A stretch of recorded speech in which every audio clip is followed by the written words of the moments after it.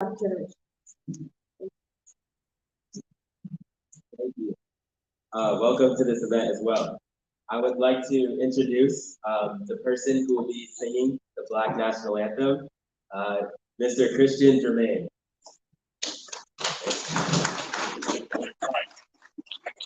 I have a little bio about him quickly but hailing from the heart of Demopolis, Alabama, Christian Germain is a multifaceted music artist whose soulful journey began at the tender age of 4.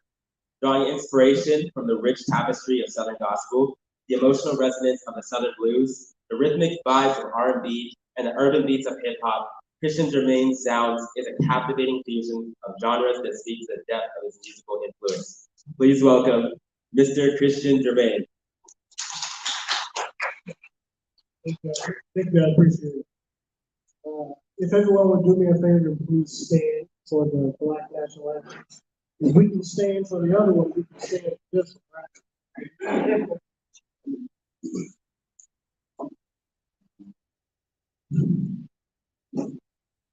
Lift every voice and sing till earth in heaven.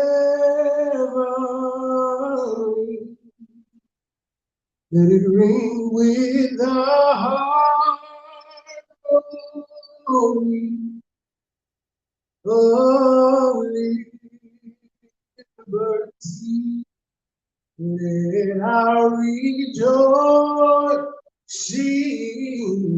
rise high as the listening sky. Let it resound loud as the rolling sea. Sing a song full of the faith that the dark past has taught us.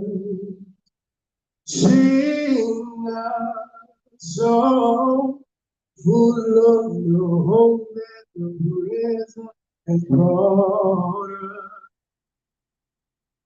Facing the rising sun, let our new day begin. Let us march on to victory. Is one. Yeah.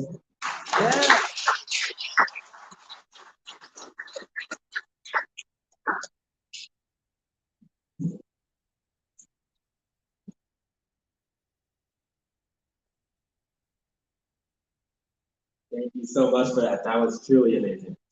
Next, we will get into young leaders, the continuation in our own words. May I please invite Ms. Tana to the stage to ask the question? Thank you.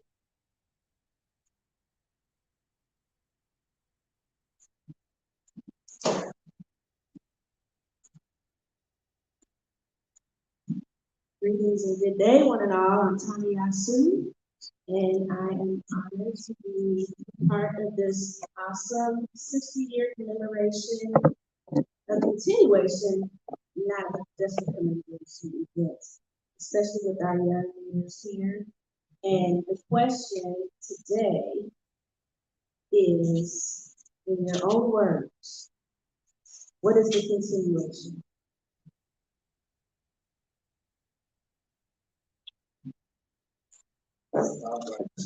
I'm a proud black man. Resilience is my superpower, as no injustice in this world will bring us young black men down. Today, I hold my head up high as an 18-year-old who graduated high school and South Seattle Community College with my favorite degree. I'm currently attending Seattle University for Business and Law and Scholarship. I plan to be a future lawyer and judge one day. I am capable of many great things. I'm capable of many great things, and the best is yet to come.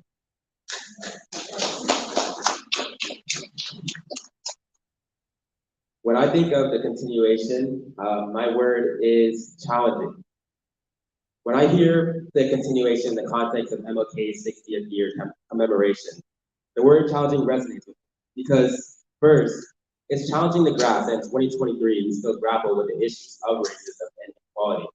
One might assume we've made significant progress since MLK's iconic speech, yet many, especially the youth, often feel disillusioned. This discouragement is evident when we see the hesitancy among the youth to participate in voting, doubting its impact. However, challenging also signifies our unwavering commitment. It's a call to action. So I believe that we must challenge the status quo, confront the prejudiced beliefs, and uplift our spirits when hope dwindles. And it's our duty to challenge not just ourselves, but also inspire others, and especially the younger generation to believe in the power of their vote and voice.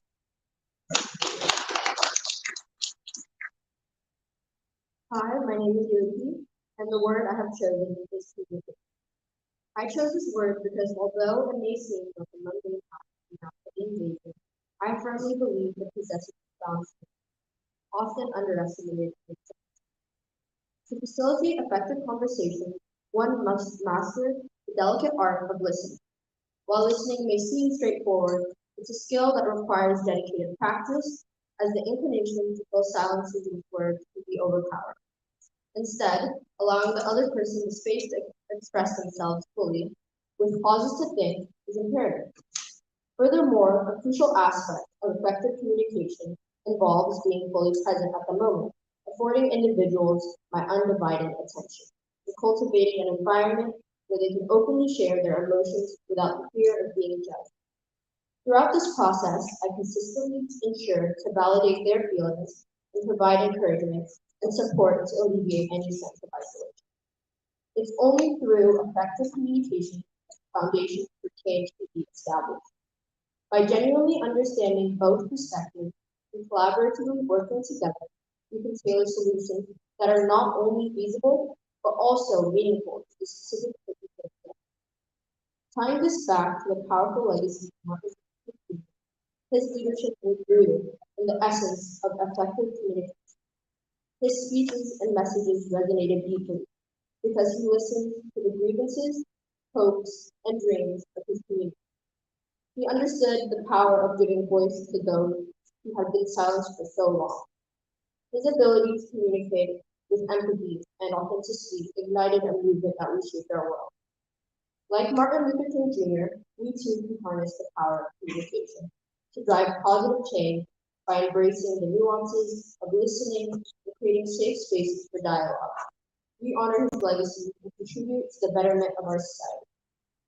Just as his powerful words echo through history, let us ensure that our words, spoken with intention and compassion, leave an impactful mark on the world around us.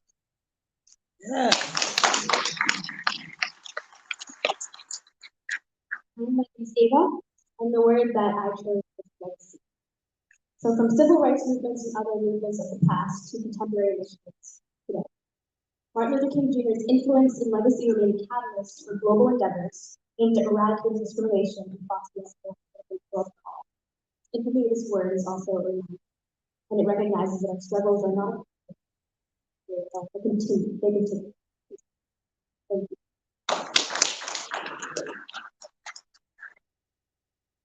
Hello, my name is Amani, and the word I have chosen is survival. When I think of this word, I think of all the struggles my ancestors endured and overcome. I am reminded that each struggle looks different from person to person, and to survive means to push forward even in these Hi, my name is Ramos. When I think of continuation, I think of community. I'm part of various communities. My school, Rainier Beach, and the Ethiopian. Each shaping me. In school, I learn and grow academically. In Rainier Beach, I find unity and diversity, discovering the beauty of different cultures. Within the Ethiopian community, my heritage comes alive. I've taught lessons that nurture my growth and flourishing. It's like having different mentors for different parts of life. Just like Dr. Martin Luther King Jr. envisioned, these communities exemplify the power of where shared values and experiences pave the way for a brighter future.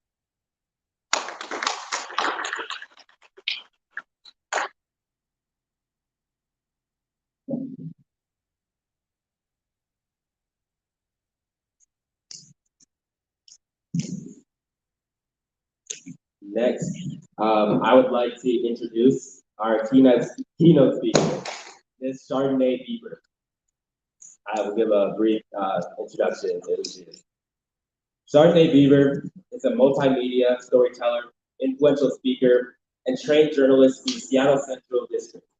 She's a proud University of Washington alumna, earning her BA in political science and journalism and public interest communication, coupled with a diversity studies minor. Chardonnay is a third-generation media professional.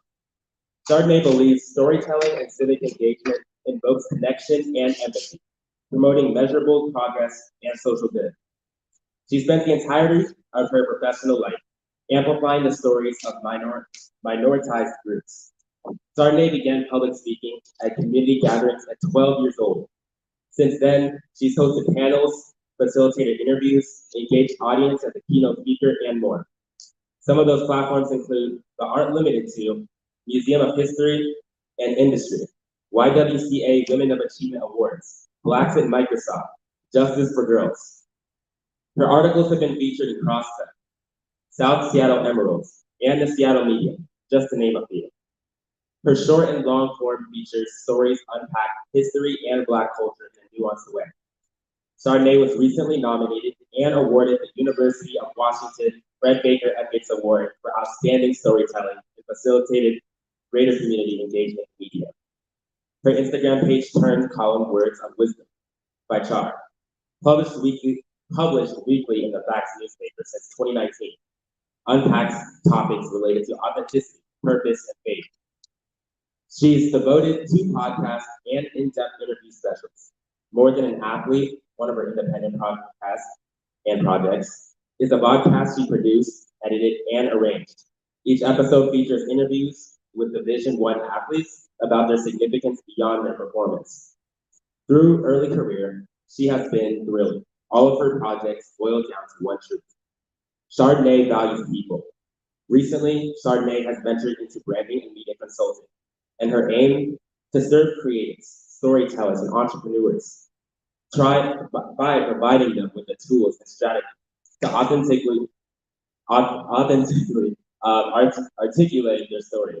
This is a recent venture with long-term interest, so stay tuned. I would like to introduce Ms. Chardonnay.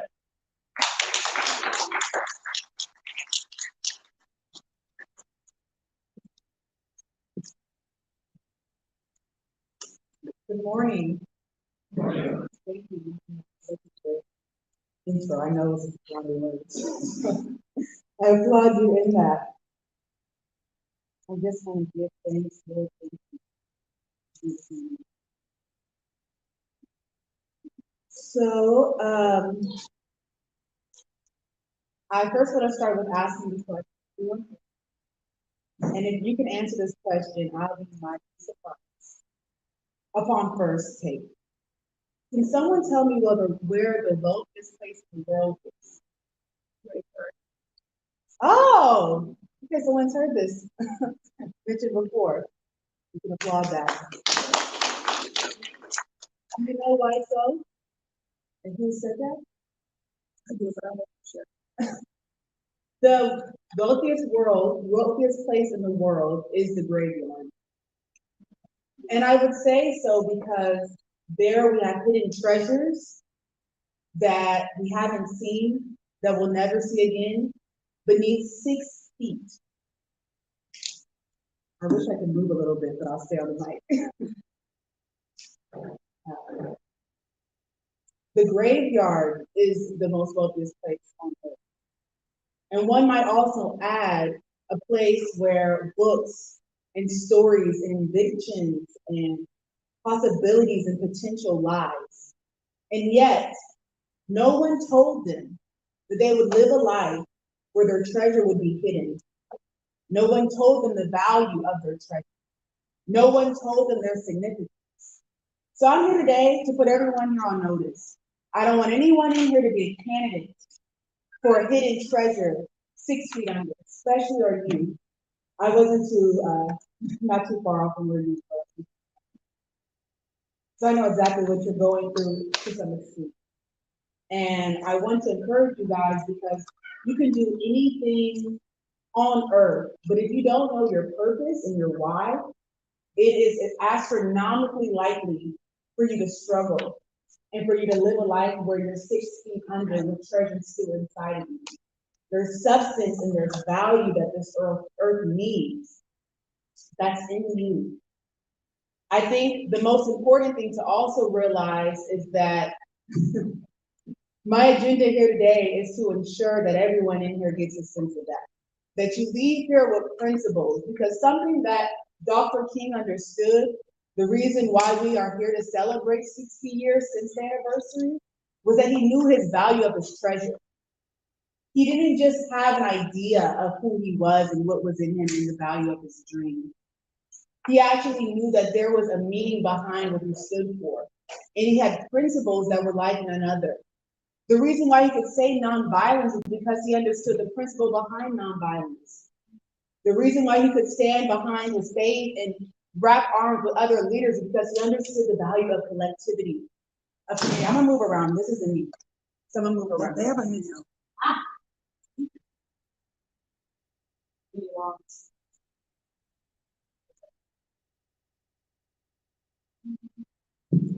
There we go. Awesome. Okay. Also, I want everyone to speak back with me. I know it's morning. You probably had your coffee and your oranges. You're trying to get up. But speak back to me, okay? Okay, cool.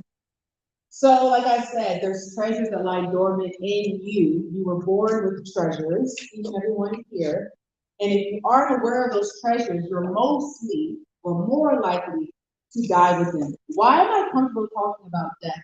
Because I've had too many peers in the last 2 years die to the hands of gun violence. And they died with treasure inside of them. So this is an urgency for everyone in here to get an awareness of. How do we assure that by the time our time is up, we can say, it is finished. I did what I was supposed to do. I fought where I was supposed to fight, and I was involved in what I was supposed to be involved in. I believe in purpose, and it wasn't until I was in college that I got that purpose. So you're up for a wild ride. I believe in purpose because before media or journalism or storytelling was even a part of my life, I had no idea that this would be the road I would take, okay? These steps were already ordered for me, but I had no idea. Looking on paper, you would say, wow, she comes from a family, 3 generations in media. Her grandfather started a publication. Her dad was the chief editor. All I know is my parents were proprietors, and yet I didn't think that I would land this way. But I'm so grateful that I did because I love exactly where I'm at and I'm exactly where I'm supposed to be. See, I thought that activism meant that my feet had to be on concrete, that I had to have boots to the ground. That activism for me, it actually looked like behind a screen or microphone or face to face, advocating for things that matter, for change. It looks like me behind a camera. It looks like me in front of a camera. It changes, but it's where I've been graced to be. So you don't ever want to be in a sphere that you don't belong because it's inauthentic. And the thing about it is everyone in here has an opportunity from where you're at, whatever industry you're in, whatever you're naturally been gifted with, to cultivate that greatness and to be about something bigger than you. None of us were created to just be here. No one in this earth was created to just exist. To just exist. To just sit. To be dormant. Take up space. No one was created to just be. Right? We're created to become. Those gifts are realized when you become. Right? Dr. King didn't start as Dr. King. He was a boy from Alabama. His dad was a preacher. He sat there and went to Morehouse at the age of 15, right? He didn't just start as Dr. King. He became that. He applied himself because he was aware of the treasure that was within him. Right? So wherever you're at, don't disqualify yourself because of where you're at. Continue to allow yourself to be cultivated. What does cultivate mean? Bring out the greatness in whatever you're a part of. Whatever you're a part of, add to the conversation, right? And you know that you don't belong there if you're having to force it, fight it. See, this for me, I can walk around in my J's. That's a little controversial, but I can walk around in my J's and I can be super relaxed because it's just what I was created to do. This comes natural for me. Why? Because I realized my purpose. I realized that I was created to encourage. I was created to be a light. I was created to articulate things and ideas that don't just move people, but change their thinking. We don't need people to continue to think about, see, we live in a society today, I live in a generation, especially, I'm still part of y'all's generation. Gen Z, we live in a generation that allows us to think because we tell everyone you're allowed to have your own truth, which is sometimes opinion coded in truth, that you can just be, but you're not actually called to cultivate that. We're not allowing folks to wrestle with who they really are, to allow for unanswered things to have breath. And so today, that's part of my challenge. Okay, that's the So I talked about Dr. King. I talked about value system. I talked about treasure and purpose. Now I'm gonna talk a little bit about myself. Okay. So born and raised here in Seattle, in the Central District. And like I mentioned, I come from a family of proprietors. What are proprietors? Entrepreneurs, sole proprietors, people who run and orchestrate their own business. My mom was a beautician. My dad was the chief editor of the Facts newspaper. My grandfather started that in 1961, and he was even documenting the civil rights movement here in Seattle. Shout out to Mr. Eddie Rye and those alike who were super, super active in that conversation. Mr. Claude Burkett, I want to applaud you, sir, and just give him a round of applause. I got an opportunity to write an article about Mr. Burkett last summer, and not only his great migration experience here to Seattle, but his attendance at the March on Washington. Yes, that's awesome, right? Give him his flowers, give him his flowers. A college student at that, on your way into college, we were midway in college. He was midway in college, and they came up here and wanted to go to the Poor People's Campaign March, but then Dr. King was shortly before assassinated. In which last year I got to be here with the Poor People's Campaign and attend that and document that in Washington, D.C. Yeah. So, like I said, I've used my gifts and abilities and skills, and doors have opened for me in that. I haven't been trying to be someone that I'm not. I'm just actually open to the call of anything that is natural to what's inside of me, pulling out that treasure, bringing it forth so that things could stir up the conversation of change. And so, yes, storytelling, my route into storytelling, I began public speaking at a young age. And then shortly after, I was introduced to writing. Now, I was a freshman in college when COVID-19 hit. I know, womp, womp, womp. And when that happened, I mean, it was not what I expected. At the time, I was very ambitious. I was a perfectionist. What I want to do here is set a scene. I want to set a scene for y'all because no matter what you do, if you don't have a value system that is on a firm foundation, you're likely to struggle. Your value system is critical, and I know people tell you to have your 5-year plan, to know what you're supposed to do, to be a part of something bigger than yourself. But if you don't know the value that you have to contribute it, you're going to often wrestle, right? Because sometimes we do things out of a place trying to fulfill a void. So we compare ourselves. Is our voice loud enough? Can we fight hard enough? Do we have an idea that is strong enough to change this generation? Or sometimes it's out of a place of ambition, trying to advance ourselves. And boy, did I see that in 2020. People not knowing their place, but they wanted to play these roles. And I found myself writing a column called Words of Wisdom by Shar, Wow by Shar. Shar is a nickname that I was raised on, just very familial. And Words of Wisdom, I've often been told that I'm old soul. And so that kind of started that journey for me. And there I found a way to reach community that I couldn't reach because they were immunocompromised or they were stuck at home I even reach people who were in prison, who feel like they didn't even have a voice to speak on or to say things. And in that, those words actually were building bridges. And I understood the value behind the words that I had and I spoke. And for the first time, I liked it. See, what you should know about me is how and where I was disqualified, right? Let's start there. Because you'll say, oh, she's speaking so eloquently and she's talking about this column, but you don't know the moment that had me to believe that I wasn't enough. You don't know about the moment that had me to believe that my voice didn't matter. That moment was when I was in first grade, and a group of Black and brown students were pulled outside the class and told me, you guys have really insufficient reading levels. And I'm concerned for you, because I don't know how you'll do by the time you're in fifth grade. I don't know if you can actually carry it. And so each day I was put out of class. And my parents, I'm very privileged in that, and I say this because I was raised in a two-parent household at the time I was 13.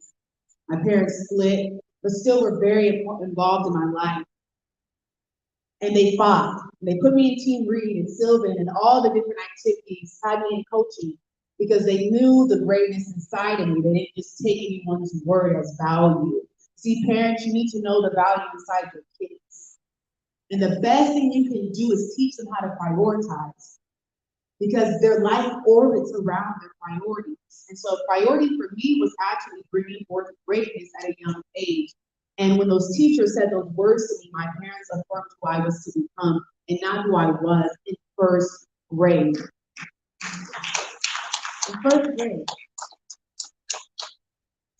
And so shortly after, from first to fourth grade, I was still being put outside the class. I had University of Washington people coming in the school that I would eventually go to, get a full ride to, graduate with no debt. Thank you, God. And were coaching me through reading and syllables and metaphors and anomalies and assembly and all these different things that I eventually would write years later. And so I tell you this moment because I had to boast in that moment where I felt like I was disqualified, where I was timid for years to even read in front of people, shy. I was still that first grade girl, but it was because of doors in my community of people who actually opened opportunities. And I don't see him here, but I have to give him a shout out again, Mr. Randy Rye, because some of my earliest speaking engagements were at events like these. Like, I'm very comfortable in this setting because this is the space that actually hoped me. These were the people who affirmed me. So this is what I know. And so fast forwarding, I began to write. And then while in college, I got to intern in Washington, D.C. And I came back home and I realized, I want to be a journalist. And that was pretty tricky because I had 1 year left of college. And if anyone knows, I already had my political science major kneeled down, buckled in. But at the same time, I felt like I was neglecting my creative nature. There was still something that I was forcing and fighting. It wasn't fully me. So I picked up journalism and storytelling. The first thing I started to write on as far as interviewing wise was a gun violence campaign here. Came back home in January of 2022 to find out that the last 2 years had been the highest year spiking of gun violence in our city since the pandemic. And I knew these people because I was in class with some of these people. I knew their names, I knew their family, I knew their struggles. I knew the economic gaps in their lives. I knew how they were socially oppressed and looked on as less than. And I was challenged to grapple with the fact that I had friends, childhood friends, who died with treasure in them that no one cared to cultivate. No one knew. I was extremely overwhelmed by it. How do I carry out this campaign and still feel as if I'm doing them service? And I surely didn't realize that I could by just doing it. And so I wrote on this campaign. One of the most life-changing pieces that I ever wrote was about a father who had been on both sides of a gun. He himself participated in gun violence as a youth growing up in the projects of Lakeshore Village in South Seattle, and then losing his son to gun violence, his only son.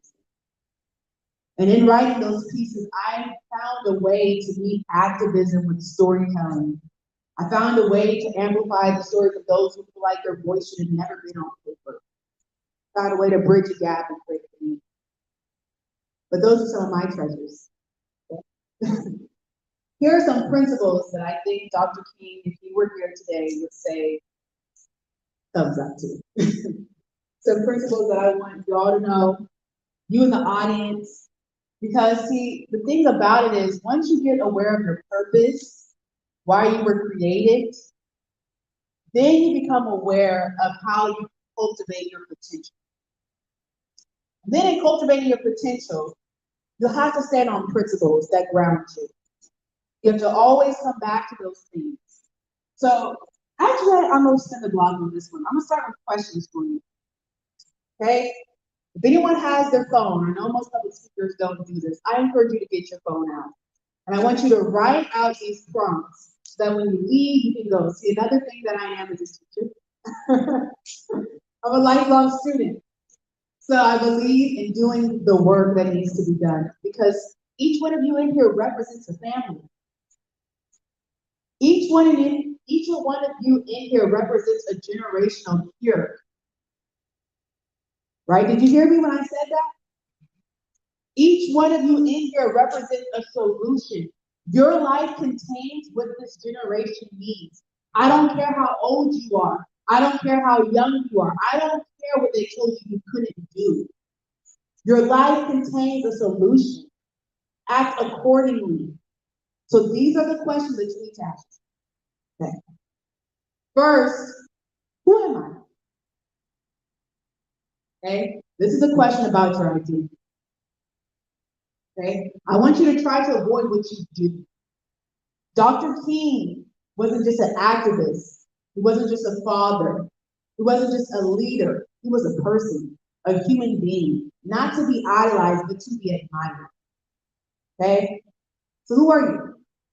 Then I want you to ask yourself, where am I from? This has nothing to do with ethnicity. Okay, where are you from? That's about your source. Okay. Number 3, what can I do? What's your abilities? Okay, that's about your potential. How I define potential is the things that you know you can do that the world just hasn't caught up to you. And number 4, where am I going?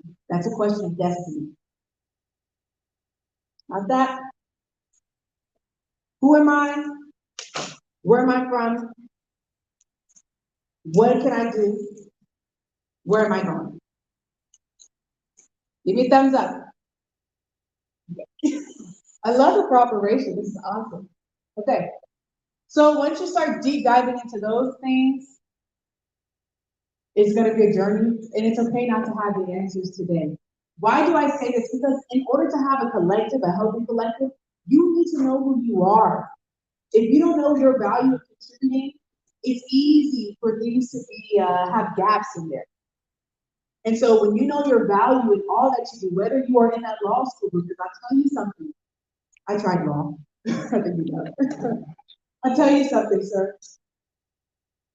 Actually, all of you. You'll be in those classrooms, and you'll sit in there, and they'll tell you who they think you should be or who you are. Conformity is the way of this Western society. So you need to know who you are, what you stand by, that you don't compromise. And it's okay not to have all those answers today. They will eventually evolve and unfold. I didn't know as a freshman I was going to be a journalist. I would have published articles and be in production, but I knew that I mattered. And I knew that there was something great in me that had to come forth in this earth because I wasn't just here for no reason. Ain't nobody in here, and excuse my poor name, ain't nobody in here an accident. I don't care what your mom and dad say. Nothing about you is a mistake. Okay? So, you guys following along? Yeah. Now we're going to get into principles. Keep your notebooks out. Keep your note tab out. Now, these are principles that I was raised on. These are also principles that I have learned along the way. These are principles that are part of my foundation, and still some that I aspire to reach, to live by wholly.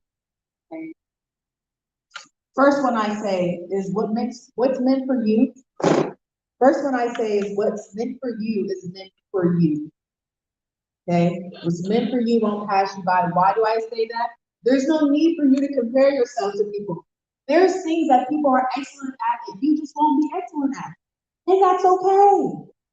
But you need to be able to have that awareness of what you are excellent at. Because for myself, for anyone in here who operates in roles of leadership, okay? A leader isn't someone who operates hierarchical. A leader operates horizontal, okay? Not vertical or horizontal. A great leader leads in front, and they have an awareness of their weakness, and they know the people within their org, within their team, within their space, who are strong where they're weak. And they're not shy to say, hey, I need you to fill in this gap, right? We call forth each other's greatness. So what's meant for you won't pass you by. Second one is you weren't created to save, but to serve. There are numerous issues in this generation that I wish I had the capacity to save. I mean, gun violence. I sat in front of a father who lost his son. Okay? So many issues that I wish I could save, but I can't. All I can do is serve. All I can do is operate from a space of excellence and humility and say, here I am. Thank you. All you can do is serve. Third one is it's not your job to be liked. It's your job to be a light. Okay? L-I-K-E-D. It's not your job to be liked. It's your job to be light. L-I-G-H-T. Okay? You weren't created to be approved and affirmed by others. We don't have everything that we all need. But the fact of the matter is when you shine your light, you are illuminating something in someone else to let them know it's okay to be them. So, the next thing is everything in your life orbits around your priorities. Everything in your life orbits around your priorities. How do you spend the first 3 and the last 3 hours of your day? Okay? How do you spend the first 3 and last 3 hours of your day? Start being watchful of that. It will inform what you prioritize. Are they healthy? Are they fruitful? Will it help you in the long run? Because some of us, we leave in the house upset. It shows in the way you drive. And we don't need that. When you're in college, when you're on your own, think about the way you start your day. It's super important. What you're listening to, what you're feeding yourself. Another thing of my hidden agenda being here, I want to deposit in each and every one of you something great. That's one of the reasons why I'm here today as well. One of the reasons why I was created is to deposit something great in you so that you can withdraw from this. It's terrible to withdraw from a bank account that has nothing. Too many of us are doing that with each other. If someone doesn't have it to give and you do, pour. Pour into the life of others. It's not always about us. It's bigger than us. Okay? Now the next thing is you aren't graced for everything. Getting back to this idea. None of us, listen, I spent 2 summers, not 1, 2 summers interning at Microsoft in high school. What a great opportunity, right? And when I was interning there, I instantly learned that coding was not for me. Coding did not have my name on it. I was not graced for coding. But what I was graced for, the reason why I was even there, because I didn't think about what I want a good coder. Why am I even here? But I was there so that I could be in a room in front of people who had experiences that folks like me decades ago were disqualified for. I was there so I could sit at the table of one of the world's top 5 most influential companies ever. And what I learned from there was invaluable because I met Black and brown folks from around the world who were there striving to get to a place of achievement that was in my backyard, Redmond, Bellevue. And so, like I said, it's not necessarily about where you're at, but it's what you're graced for and what you can do with where you're at. Sometimes you gotta make the best of it. I don't mean just survive for survival. Who on here said survival? Such a good point. And I would like to further that sentiment to the fact that there will come a time we have to ask ourselves, what are the means in which we're tired of just surviving? It's exhausting. It's exhausting. And I know survival even means the balance as a Black person in America, right? But you have to think about how you're going to catapult that reality. I don't want to just survive. I wasn't just put on this earth to survive. I was here to make a difference. And I'm not going to compromise that for nobody. So yeah, I won't be liked by everybody, but I will be a light. I won't compromise that. I won't turn my head towards injustice. I will speak up about it. I won't allow people to feel as though they're worthless because they matter. They matter. So those are my principles for you today. Take them with you. Think about how you can make a difference where you're at with what you have. Okay, I know social media is a big deal.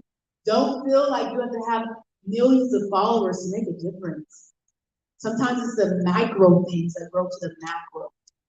How do you treat people who can't do anything for you? How do you treat people who can't benefit your future directly? People who can only be served. So there's a balance in all of it. But I thank you for having me today. I thank you for engaging with me today and allowing me to be your keynote speaker. I know this probably wasn't what was imagined, but I believe it was what was. So, my name is Chardonnay Beaver. You can follow me and my journey on Instagram at Chardonnay Beaver, my first and last name. You can also follow my writings through the Facts newspaper and through my Instagram as well. You can get more info. And I want to leave you guys with this thought.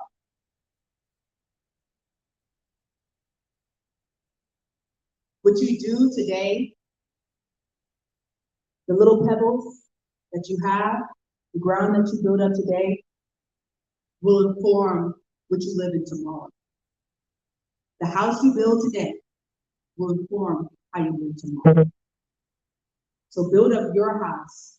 Consider what are you doing with the building blocks you have and where you're putting them. Don't put them towards destruction. Don't put them towards toxicity. Put them towards healing and wholeness and health for the well-being of our community. Thank you.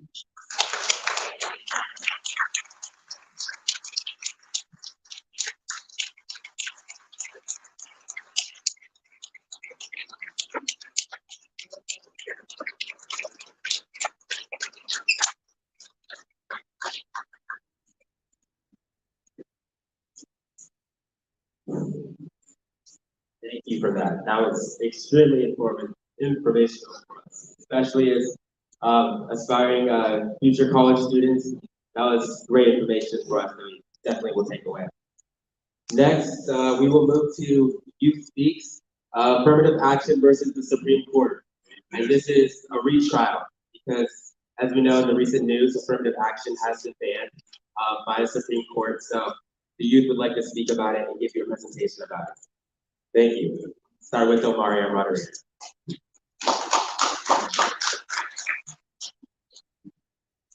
Thank you all for taking the time to be here today to witness the ongoing battle for equal opportunity. The continuation. Today we offer a retrial from us to you. We challenge the ruling of ending affirmative action.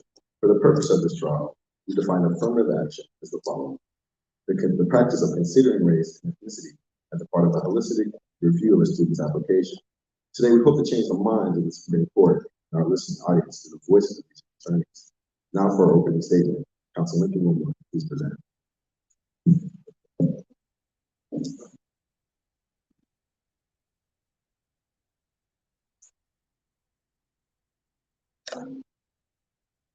Affirmative action is a handout for minorities.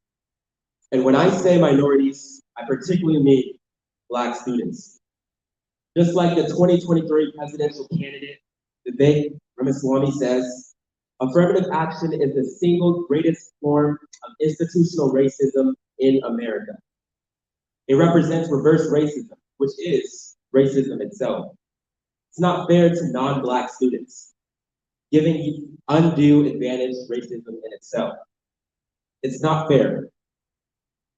The right way to stop discrimination on the basis of race is to stop discriminating altogether. Banning college affirmative action might have its short-term trade-offs.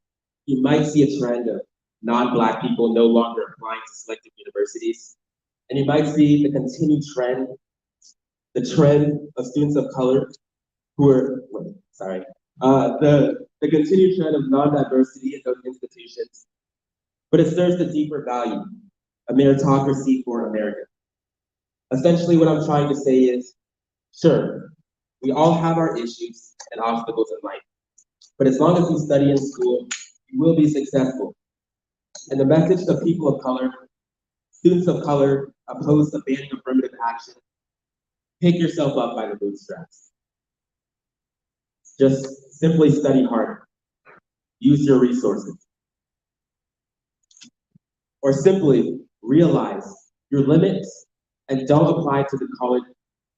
Realize your limits and don't apply to this country's selected universities at all. And my message to the American college admission system, there are no exceptions. Let us make the college system great again, and let us focus on our legacy, wealthy A+ students, and deny the stories of race, gender, ethnicity, and all applications. This is exactly what we're fighting against today. Now, let me reintroduce myself. To the esteemed legislators, respected members of the audience, and the strength of our future who represent our future. I am Lincoln Wilmore, a leader of the We Are Amazing Youth. We gather today to reflect, honor, and celebrate the 60th anniversary of Dr. Martin Luther King Jr.'s iconic I Have a Dream speech. We are at a pivotal juncture in our nation's history. The decision to end affirmative action is not merely a policy change. It's a direct contradiction to the dream of equality and justice that Dr. King envisioned. This isn't just about securing a seat in a classroom. It's about preserving the essence of our nation's commitment to justice, equality, and opportunity for all. Now today, we aim to demonstrate the detrimental impact of ending affirmative action on our community. We will delve into its history, the consequences of its absence, and the steps we believe are necessary for a brighter, more inclusive future. We will do this by recreating the consequential court discussions and significant ruling of affirmative action in the Supreme Court. We will discuss the key topics such as Dr. Martin Luther King Jr.'s vision, the aftermath of California's Proposition 209, the insights of Zach Weaver's research, legal precedents, and the stance of our current administration on this pressing issue. Furthermore, we will be presenting personal stories and experiences through witness testimonies, offering a first-hand perspective on the real-world implications of these policies. Thank you. Now we will present the evidence display of the consequences of ending affirmative action. Drawing inspiration from Dr. King's speech, we are reminded of his vision. Affirmative action is a step towards realizing this vision, ensuring that every individual, regardless of their background, has an equal shot at success. Affirmative action stands as a testament to our commitment to equality and justice, striving to rectify historical injustices and systemic biases that have held back communities realizing their full potential. Dr. King's dream was not just about the absence of overt discrimination, but about actively creating an inclusive society where every person can thrive and contribute. By implementing affirmative action, we acknowledge that the playing field has not been leveled for everyone throughout history. Generations have faced obstacles that have hindered their progress based on factors beyond their control. Affirmative action is not just about promoting unqualified individuals. It's not about promoting unqualified individuals. It's about recognizing the talents and potential that have been overlooked into deeply integrated ideas. Moreover, affirmative action cannot exist in isolation. It should be a part of a broader effort to improve education, economic opportunities, and access to resources for marginalized communities. Equal access to quality education, healthcare, housing, and job opportunities are fundamental components of democracy, and affirmative action should complement these efforts. In conclusion, let us draw inspiration from Dr. King's dream and recognize that affirmative action is a vital step towards realizing his vision of a just and equitable society. It is a tool to dismantle the barriers that have obstructed progress for marginalized individuals. And by embracing it thoughtfully and responsibly, we take a stride towards a more inclusive future for all.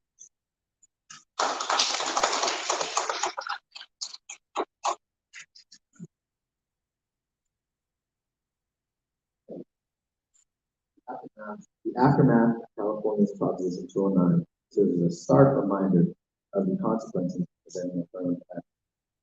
The decline in Black and Hispanic student enrollment in elite institutions is not just a statistic. It represents being deferred and futures dividend.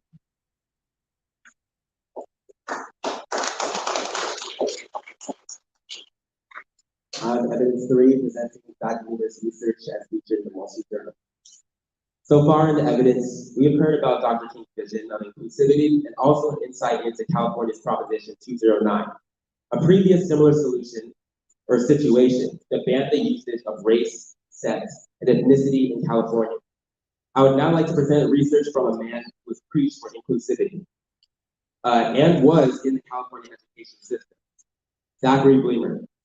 Zachary Bleemer is a distinguished researcher currently serving as a postdoctoral fellow at the Harvard Kennedy School's Project on Workforce, with a PhD in economics from the University of California, Berkeley. His research primarily focuses on higher education and intergenerational mobility. Now, in the ongoing debate about affirmative action, a recurring theme is meritocracy. Our opposing side argues that affirmative action undermines this principle, suggesting it offers unearned advantages.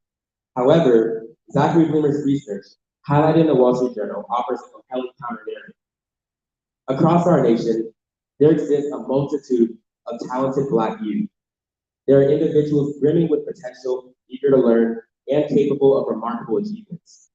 Some may not have started on the most favorable path, but their resilience and determination have set them on a trajectory for success. They are fast learners, highly qualified, and perfectly suited for elite institutions. It's essential to remember that these selective or prestigious institutions are at their core schools. Their primary mission should be to nurture and invest in potential, not merely to cater to those already at the pinnacle of achievement. Bleemer's research underscores the challenges Black students face in the absence of affirmative action. Post-1998, while these promising Black students remained steadfast in their educational pursuits, they found themselves increasingly channeled into less prestigious institutions. The shift isn't about prestige, it has tangible real-world implications.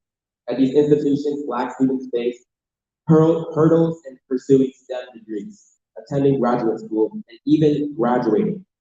Their career trajectories are impacted with diminished earnings compared to their peers from earlier school and cohorts.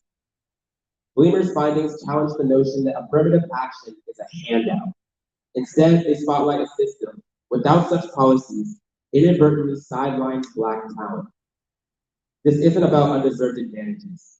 It's about ensuring that every Black student, regardless of their starting point, has an equitable opportunity to excel.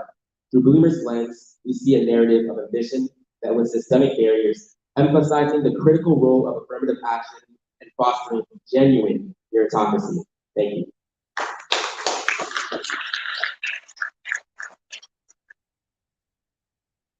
Cases like California versus Trump and Carter versus Baltimore underscore the long-standing battle for justice and representation in education. Because of the elimination of affirmative action, in the next couple of years, the already limited representation we see today will only grow smaller and smaller. Studies have shown that the same students who once attended schools such as Harvard and Berkeley will now attend schools of lesser prestige. It is a known fact in this world that the college you go to has a huge impact on the type of job opportunities you get. When students of minority groups such as Black and Hispanic are no longer in the position to attain these higher jobs, the amount of diversity in the leadership and workforce increases as well. The elimination of affirmative action is a ginormous step backwards. We need to reevaluate this burden and the impact it has not only on minority groups in the present, but also in the future.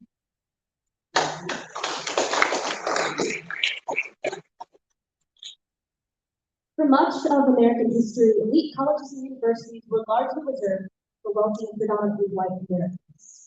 Only recently, in the 20th century, have these institutions began proactively prioritizing diversity and expanding access to a quality education by utilizing tools such as affirmative action. While arguments for race-neutral policies might seem reasonable on the surface, they frequently overlook the deeply rooted systematic inequities and historically disadvantaged certain minority groups. And I believe true fairness involves acknowledging and rectifying historical wrongs, and affirmative action aims to achieve this by actively addressing the imbalances created by these past discriminations and providing opportunities for underrepresented communities. And it's crucial that race-conscious admissions take place for a truly equitable admissions process. Firstly, as many questions already mentioned, students of color remain underrepresented on college campuses. Despite affirmative action aiding in diversity in higher education, representation for certain minority groups is still lacking. In fact, a study conducted by Grant Bloom and Mark Long at the University of Washington in 2019 predicted that if an affirmative action ban were to go into effect, students of color would have a 23-point decline in likelihood of admission to highly selective schools. In light of these persistent disparities and imminent consequences highlighted by this research, the pressing need for genuine inclusivity demands proactive measures to foster a more equitable landscape within higher education. Secondly, affirmative action in education promotes diversity in ways that solely focusing on things like income cannot. Income, of course, is considered part of a holistic evaluation of applications, but it should complement rather than replace the consideration of race and ethnicity. While it can serve as a decent indicator of one's ability to cover expenses, it never tells the full story. Having wealth makes it easier for families to put their kids in better schools, purchase private tutoring, pay to help their kids get ahead. But centuries of systematic racism have resulted in white households having far more generational wealth than households of families of color. And even when students of color have wealthy parents or attend predominantly white institutions, there's still a disparity. Another researcher, Jason Grissom of Vanderbilt, found that students of color are less likely to be referred to gifted talent programs, even when certain measures like test scores, socioeconomic status are controlled. And until the racial wealth gap and other forms of structural racism are eliminated, income alone is insufficient to ensure that everything happens nationwide. And final point. Students of color have long faced barriers in the education system, like exclusion, segregation, underfunding. And as a result, students of color are generally lower in terms of the indicators of success that colleges evaluate for admissions when factors like race and inclusion are taken out of the picture. Affirmative action helps colleges take steps towards greater equity in admissions by remedying these inequities and encouraging schools to take a closer look at some unconventional factors that could make a student successful, ones which are often overlooked in traditional classes. It's been thank you all this time. An abundance of evidence demonstrates that systematic efforts to verify diversity in college admissions can improve the representation of historically excluded groups while bolstering the educational experiences and economic outcomes of all students. So not just historically excluded groups benefit, we all do. And that's why it is critical that policymakers and legislators work to reinstate affirmative actions and recognize it as a comprehensive approach to admissions.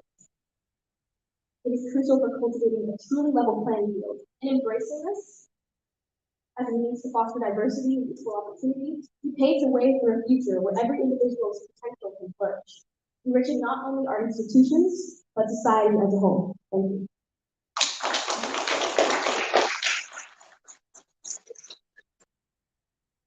Drawing from President Biden's speech, it is evident that the highest office in the land recognizes the importance of diversity and the detrimental effect of ending affirmative action. His words serve as a clarion call for justice and equality, In Biden's own words, he states, many people wrongly believe that affirmative action allows unqualified students to be admitted ahead of qualified students. This is not how college admissions work. Rather, colleges set out standards for admission, and every student has to meet those standards.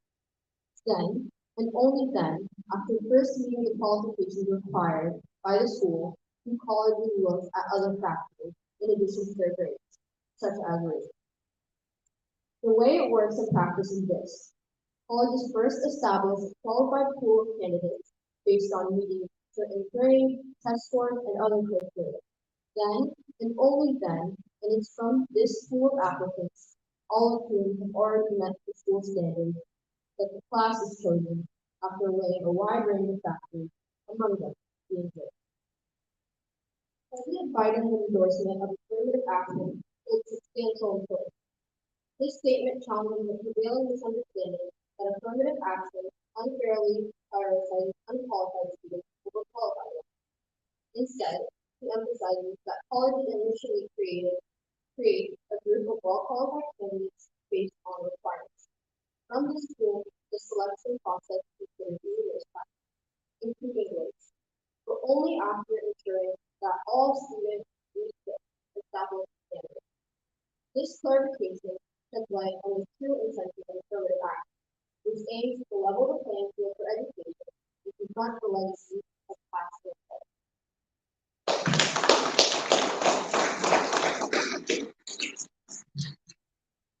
You've heard the evidence. Now we will share with you our stories. We will now hear from our witness testimony.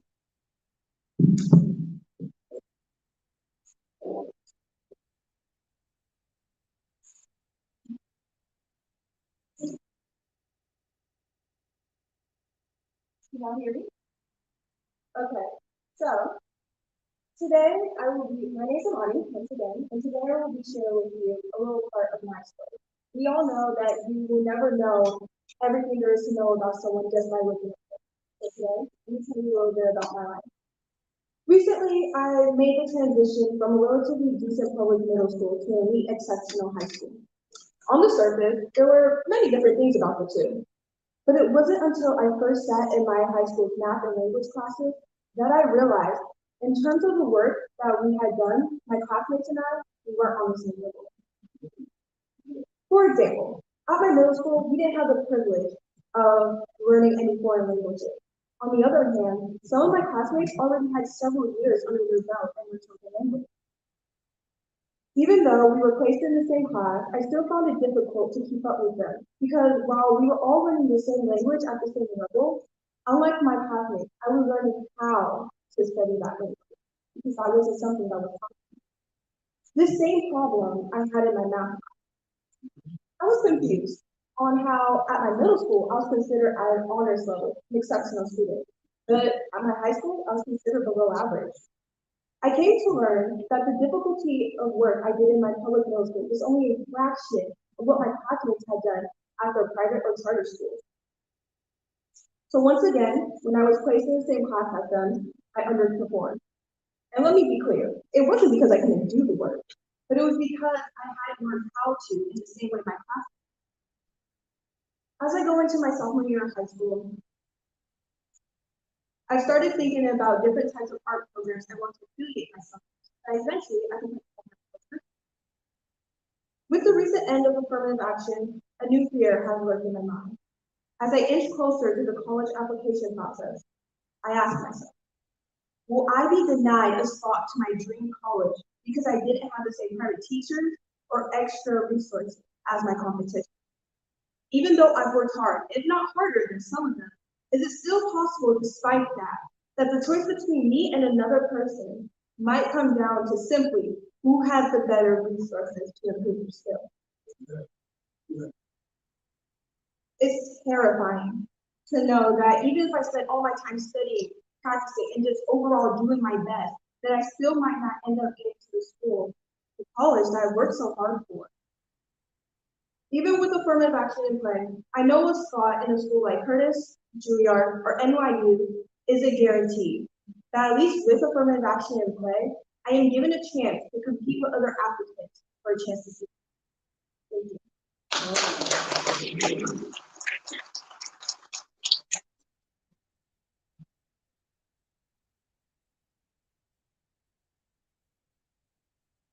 Hi again. My name is Yogi, and I'm going to share my story.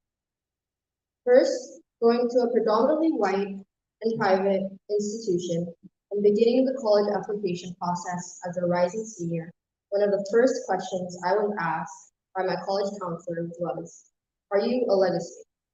While I am not, a majority of the student body in my school is, having parents who have attended prestigious and highly selected schools. And many of those students qualifying for legacy admission are white, which has a big part to do with college's long history of race-based exclusion. It is a built-in advantage that can be attributed to family background rather than individual merit. And there are many ways schools favor individuals, and many other ways schools favor individuals in the college application process, such as private tutors, SAT prep school courses, feeder schools, connections, and wealth. By having access to any of that, you are more likely to be admitted to a college. So, it seems that placing favor on all of those things is okay, but when it comes to simply considering race, that's too much of a launching pad. It is important to recognize that being Black is not enough to get anyone directly into a prestigious school. If that were the case, we would be seeing low retention rates in these universities. But instead, we see students of color succeeding in these schools, along with their white peers.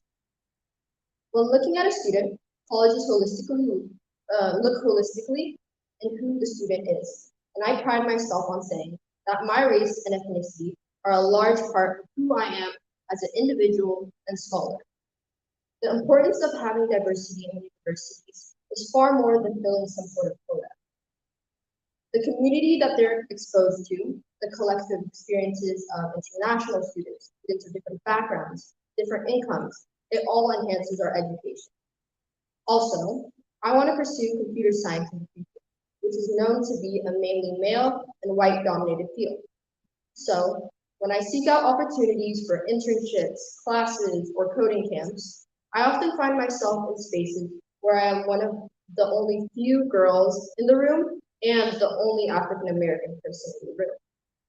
I recognize that I currently attend a prestigious private school, which grants me more access to these resources. However, bearing witness to the fact that I consistently stand as the sole African American student in these rooms is a reminder that this level of access is not universal to everyone. The absence of affirmative action in education would only perpetuate this disparity, leaving many talented individuals without the chance to shine and contribute. By acknowledging the reality that different backgrounds bring unique perspectives and invaluable contributions to the table, affirmative action makes a commitment to building a more equitable and inclusive future.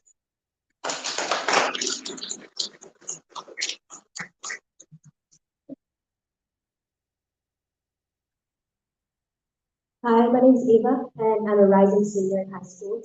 I had the privilege of attending a private middle school, and now I also attend an elite private high school.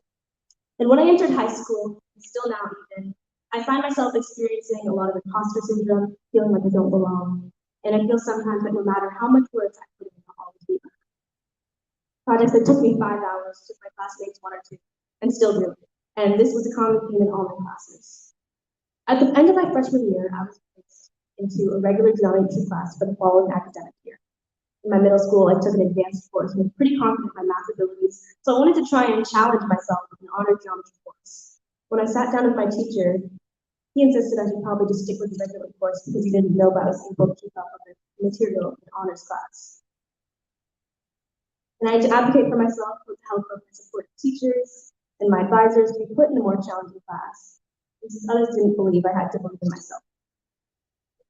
In sophomore year, I did end up taking the honor geometry class, and unfortunately, I underperformed.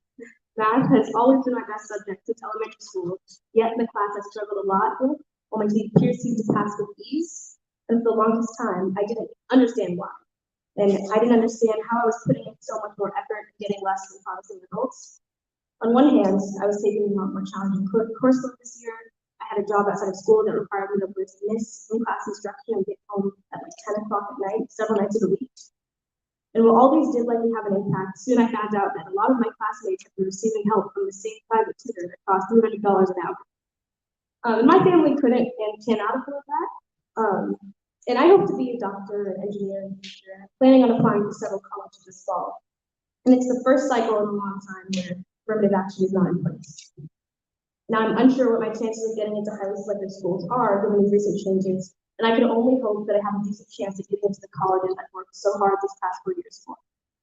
I know that in these types of careers that I'm interested in, where you go to school is important, and this is why affirmative action is important to me. So statistics aren't the only defining factors considered for applicants of color, and so students like me can have a chance to succeed and have equal opportunities to reach their dreams. Thank you for listening.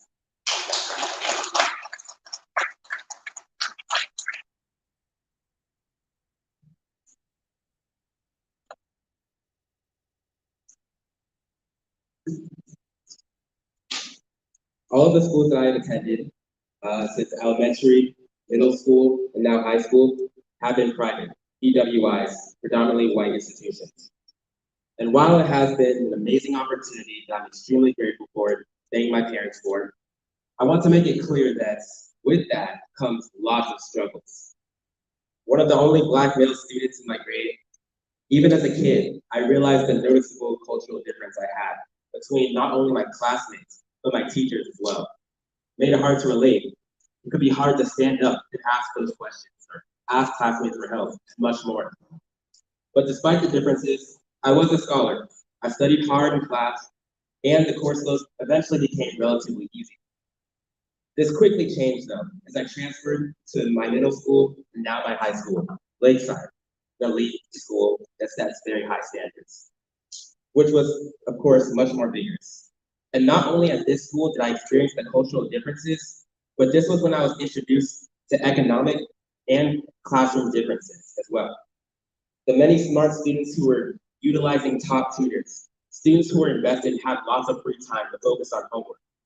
Safe to say, classes were immediately challenging for me, and I struggled at first. I not only struggled with the classes, but I struggled with wondering if I belonged, like others said.